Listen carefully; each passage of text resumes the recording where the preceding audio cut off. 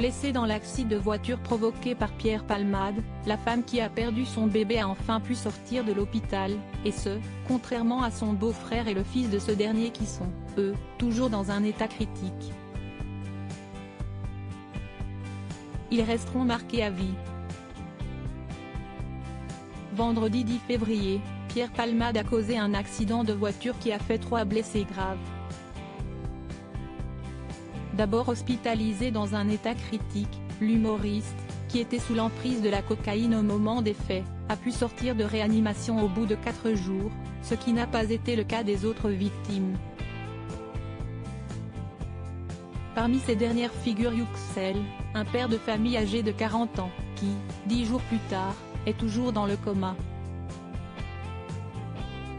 Quand il va sortir de l'hôpital, il sera handicapé à 80%, si est sûr et certain, a déclaré l'un de ses cousins dans l'émission 7 à 8.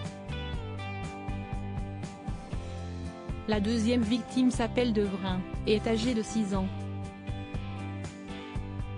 S'il est sorti du coma depuis le 16 février dernier, il est certain, selon les dires de ses proches, que l'enfant gardera à vie des séquelles de l'accident.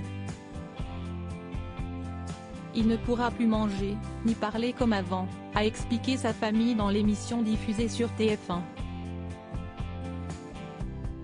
La femme est sortie d'hôpital d'après les informations de BFM Télévision.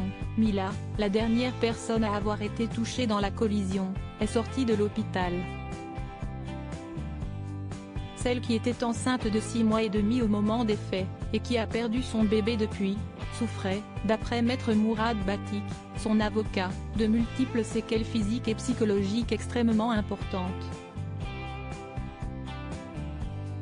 De son côté, Pierre Palmade est assigné à résidence dans le service d'addictologie de l'hôpital Paul Brousse de Villejuif, avec un port de bracelet électronique imposé.